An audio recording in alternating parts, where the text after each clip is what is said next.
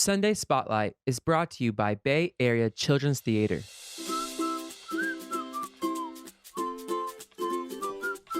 Hi friends, it's me, Khalia Davis, the Artistic Director of Bay Area Children's Theater. Welcome to another episode of Sunday Spotlight. This is the show where we shine a spotlight on individuals who are using their art to make a really positive social impact in their industry and their community. And today's guest is my friend, performer and writer, Rob Rokicki. Here are 3 things you need to know about Rob. Rob has a twin sister, and they were born on Halloween. He wrote a musical that is also a comic book all about monsters. Rob still gets stage fright, even though he's jumped out of planes and swam with sharks.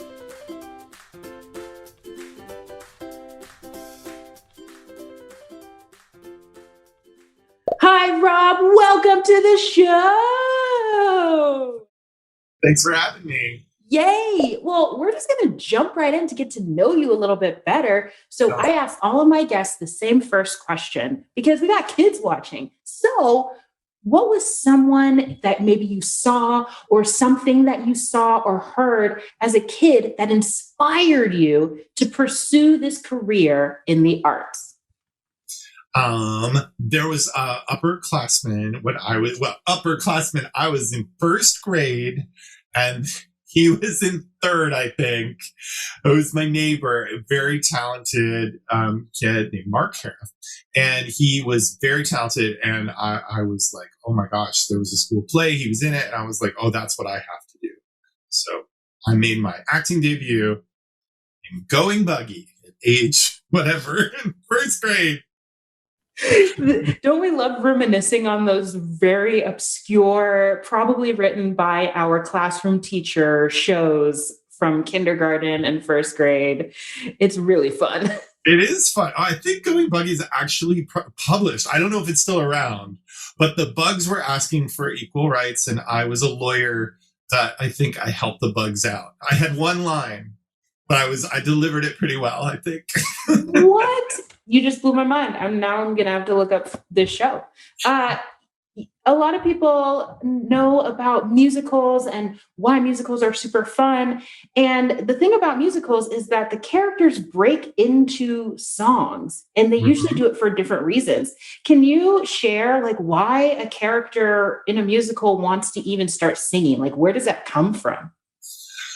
Well, when the emotion gets so big in a musical and you have nowhere else to go, and when you've kind of said everything that you can in a scene, this larger than life thing takes over and you have to burst into song. And that's where a musical is the perfect vehicle for that. And when your emotion gets even bigger, sometimes you burst into a dance number as well, which is super fun. So yeah, it's usually when emotion is really high, either dramatic or happy or whatever, it causes you to sing.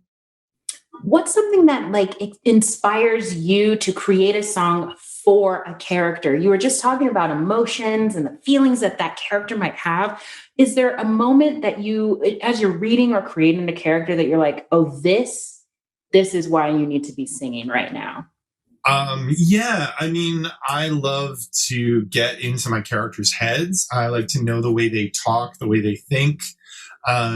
It's really hard for me to just write a song without knowing what their point of view is. So I try to do a lot of research, whether that's adapting a book, and I'll try to look for point of view chapters from that character maybe, or I'll try to imagine what that person might be going through and try to put myself in their shoes.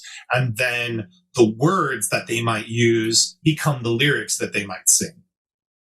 I really love that so much. And again, we're talking about some of the work that you've been creating and the fact that you are a creative storyteller and you wear many different hats. You created a show that was based off of and adapted from a graphic novel, a comic book, a book. What was it? You're talking about Monstersongs. I thought we were going to talk about Lightning Thief. We can talk about Lightning Thief too. No. So I had an idea about, I've always loved monsters. That's a big thing about me. I was born on Halloween. I have twin sisters, so monsters have always been a big part of growing up. And I wanted to write a story from their point of view, and kind of this idea of like how we other people that we fear or don't understand, and kind of humanize these monster, a big word I'm going to use called archetype, right? Like, what is it when we think about a vampire that makes us scared, or what is, and then how can we maybe think about what the human person behind that might be, kind of thing. So I had an idea for that as kind of a song cycle, but I wanted a visual component to it. And I worked with a wonderful illustrator named David O'Neill, who runs a children's theater in New Jersey, actually. And Dave and he does a lot of things for children. I don't know if he runs it, but I know he's on the board. But the Learning Tree, man, I can remember some things. But Dave's artwork was incredible. So we collaborated on what kind of monster would I write a song about? What would that look like as a comic book? And then like, I would think about what would that monster sing about? What would the song style be? Because I really loved playing around with different styles, like pop or rock or R&B or whatever. And just have different fun ideas for each monster to make them more unique. That is awesome. And yeah, we did let it slip that you're also very well known for the hit Broadway musical, The Lightning Thief. And there's something really exciting about the genesis and the story behind the power of this show that I would love to get into. In my opinion, kids have the ability to be change agents and change makers, right? And I would love for you to describe for our audience what it was like to create a show that was actually championed by its audience. Like, I felt like the kids and the teens were rallying behind the success of this show so hard, more than I've seen in other shows before. What was that like?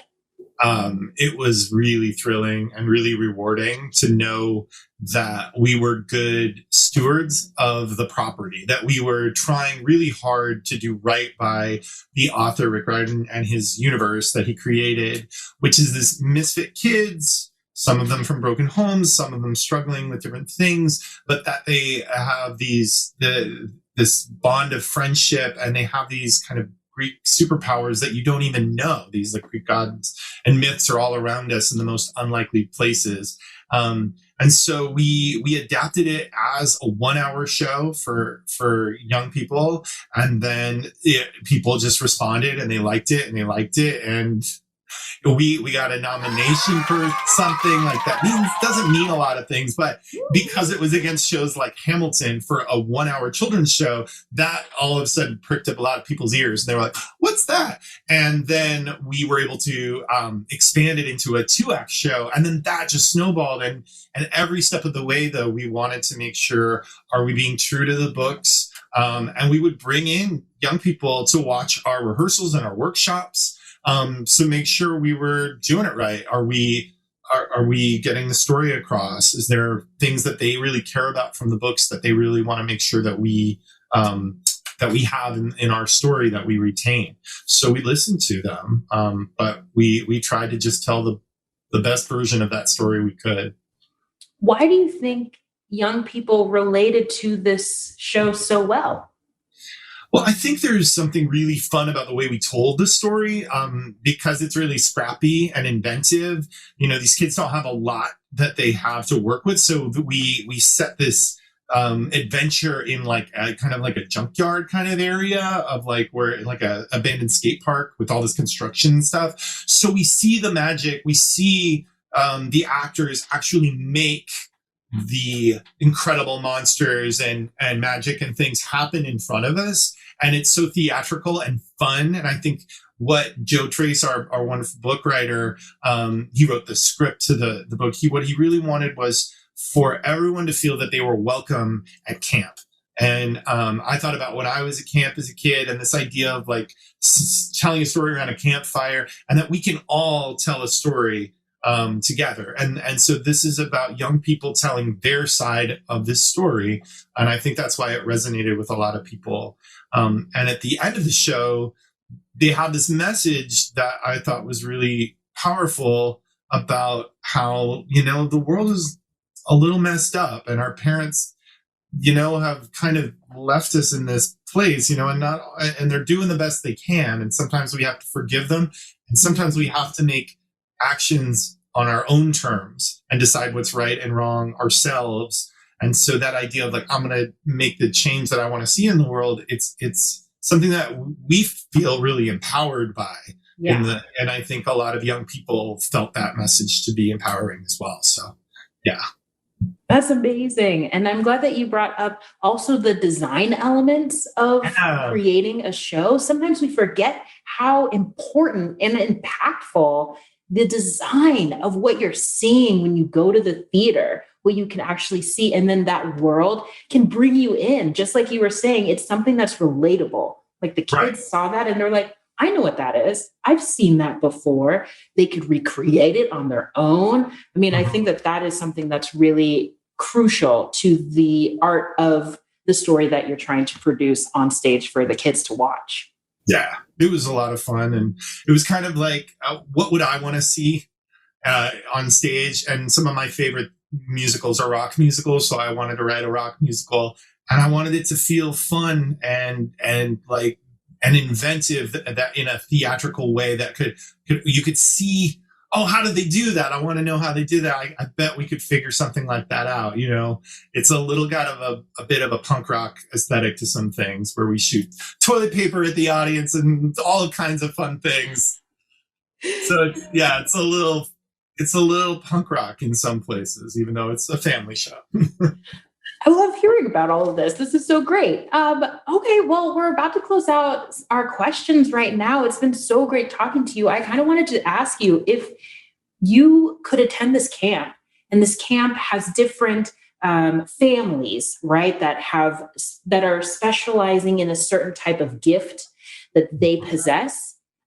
Which camp do you feel like you would fall into? Which family do you feel like you would be really successful in?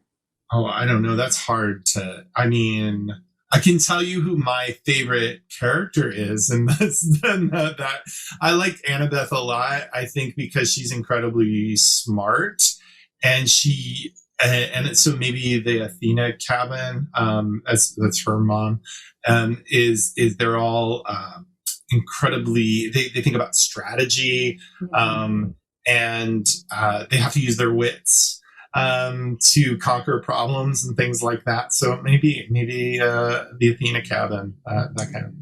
Ooh, okay. Well, Rob, I'm so glad that you stopped by Sunday Spotlight. You've been an amazing guest, and we're so happy that you were here. But we're not done. Oh, kids, we're not done yet, because now it is time for your creative craft. And Rob says that he is going to help us create this creative craft together, and break it down for us, because he has a really cool gift in music making. We thought that it would be cool to figure out a way to help you all out there make some music as well. So Rob, what are some important things that we need to think about when it comes to creating a song? Well, I would try to write from a character if you could, like another person's point of view, because that's always fun. That makes it specific. Then you can start thinking about what that person might want or thing might want. I write sometimes about animals. I write sometimes about monsters. What might that thing want? So that's kind of the two big things I like to think about. And then what is making them sing?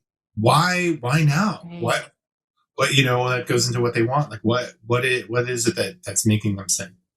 Well, you love it. It seems to me that you love monsters, obscure, odd types of characters. So if we were to take a vampire, let's say, from your universe, and the vampire gets to sing a song. Okay. And you're asking, how about a zombie? I think maybe that might be more fun. Ooh, a zombie. Yes. A zombie is wanting to sing a song. I guess thinking about what goes into creating a song for that zombie, maybe the first thing we're thinking about is, why would you even be singing this song? Like, what's happening to this zombie? Well, maybe the zombie's had a bad day.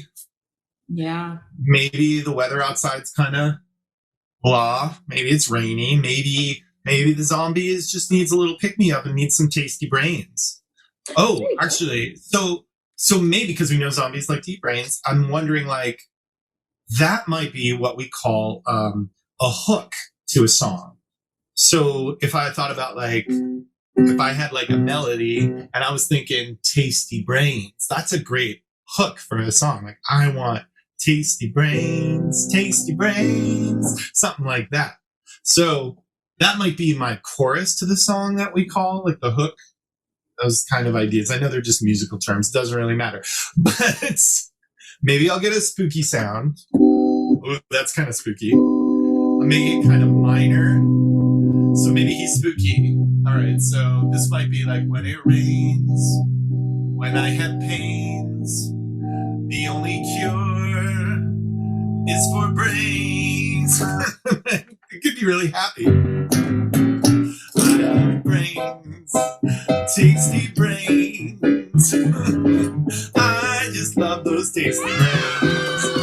So that could be an idea, right? You come up with some kind of mood for the song. Is it happy? Is it sad? And then, like, what was that character want? And then you can start playing around with melody ideas for it. I think that this is super fun. And what I love about this is that anybody could do it for any character that you're thinking of. Anyone that you could write about from your grandma's point of view. You could write about your dog and what they might want, which is probably to be fed really soon, or for a walk, or to somebody throw the ball for them. There's a lot of things. There's a lot of things for dogs. Your dog, you know what I mean? Are we basically just asking you to write a song about dogs? Maybe. But it's now your turn. You've watched us create a song, and it didn't take us that long at all. We thought of a character that we both enjoy. We thought, what aspects of that character make them special? The zombie who likes to eat brains, but why might they be singing? Because they're sad because it's a rainy day. And then we did something really fun, which is we added a twist. You think because it's a zombie that it's going to be scary the whole time. But then it turned out that the mood changed because he was singing about something he loved. Exactly. So when you're doing this at home, think of all of those fun, different aspects of creating a song. And it doesn't have to be a long song. It could just be a hook. It is time for you all to get creative. Thanks so much for stopping by, and we'll see you again soon. Bye, everyone.